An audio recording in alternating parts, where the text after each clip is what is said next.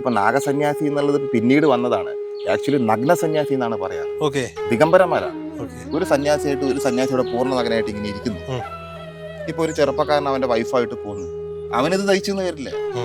സന്യാസി പൂർണ്ണ നഗനായിട്ടിരിക്കും, അവനവന്റെ കുടുംബമായിട്ട് പോകുമ്പോൾ അവനിത് തയ്ച്ചെന്ന് വരില്ല. അത് അവന്റെ മനസ്സിലെ കുഷ്ണം.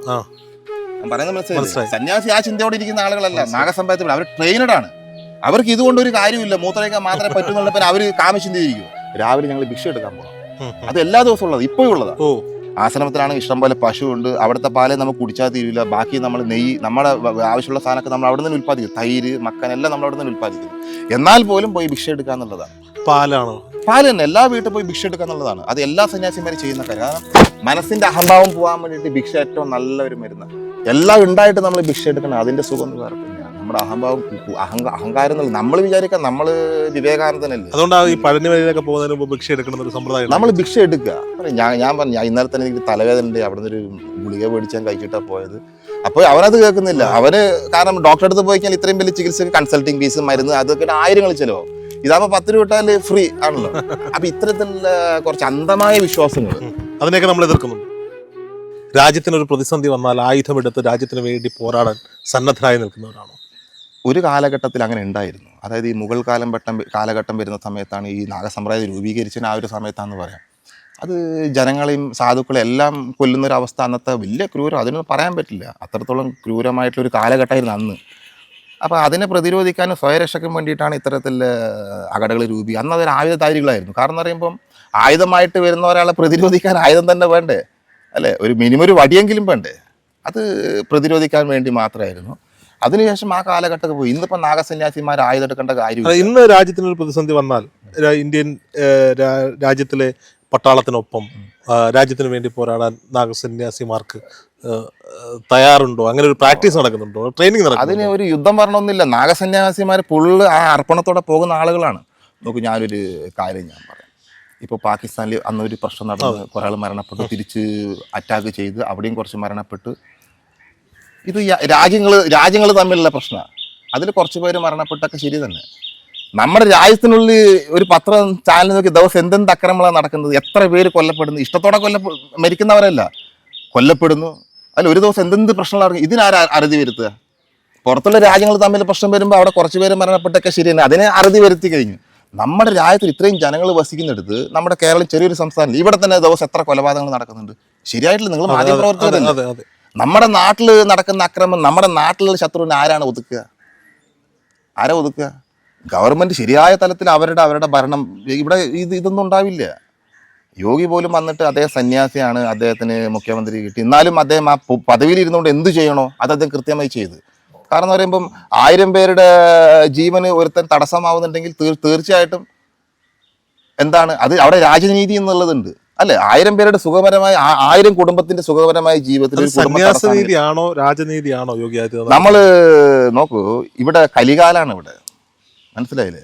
ഇവിടെ നമ്മൾ എന്തെന്ത് പോസ്റ്റ് എടുത്തു അതിനനുസരിച്ച് പെരുമാറിയേ പറ്റൂ. ഒരു സന്യാസി അധികാരി ആയി കഴിഞ്ഞാൽ അധികാരത്തിന്റെ ഭാഗത്തിലൂടെ കർമ്മം ചെയ്യണം. സന്യാസത്തിനല്ല, രാജനീതിയിലാണ് അവിടെ. അവന്റെ ഉള്ളിൽ നോക്കും. ഞാൻ എൻ്റെ ഉള്ളിൽ ഇതിനൊരു ഉദാഹരണം ഞാൻ പറയാം.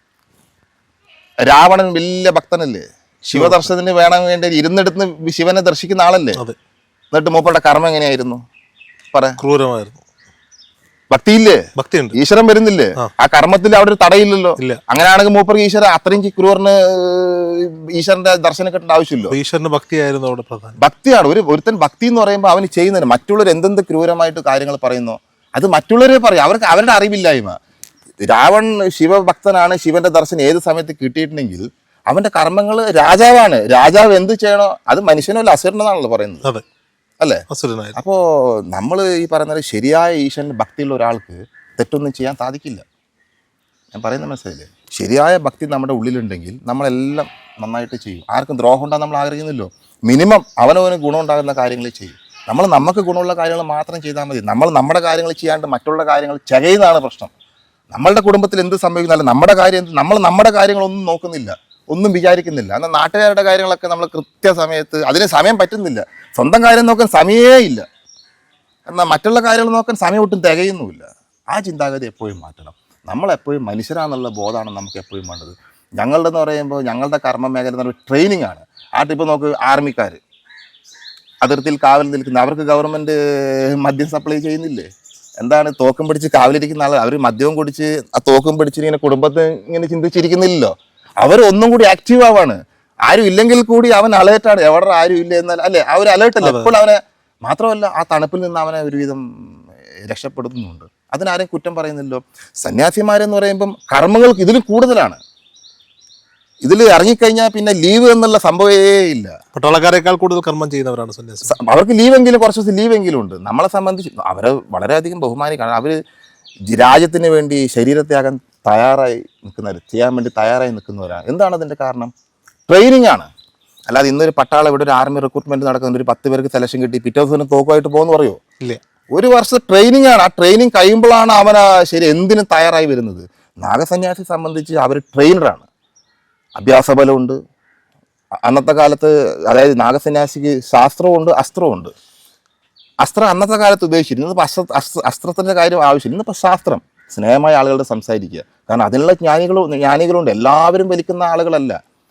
കാണുമ്പോൾ ഈ പറഞ്ഞ പോലെ ഞാൻ പറഞ്ഞ കുംഭമേള വന്നിരിക്കുന്ന നാഗസന്യാസിമാരിൽ ഒരു 60% പേരൊക്കെ കുംഭമേള അറ്റൻഡ് ചെയ്തിട്ടുള്ളൂ.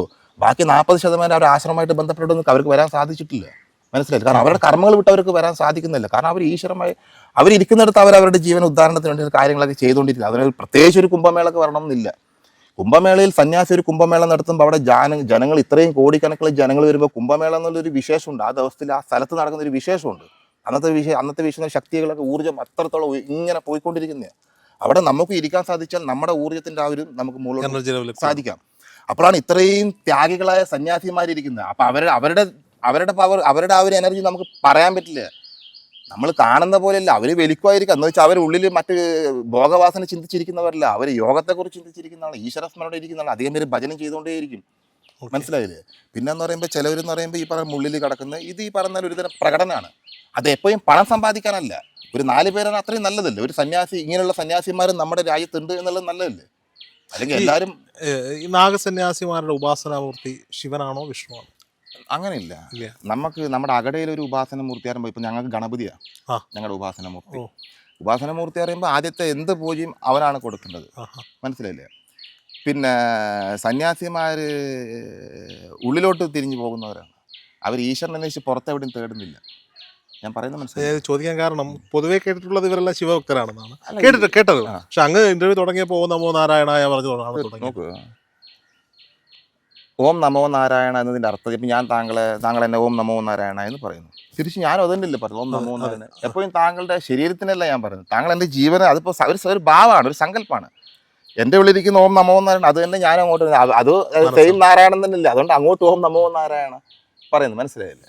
പിന്നെ നാഗസമ്പ്രദായത്തിലെന്ന് പറയുമ്പോൾ ഇതൊരു ഫോയ്സ് ആയതുകൊണ്ട് എപ്പോഴും ശിവനാണല്ലോ കൂടെ ഭൂതഘടകങ്ങളുള്ളത്, എന്തിനും തയ്യാറായിട്ടില്ല.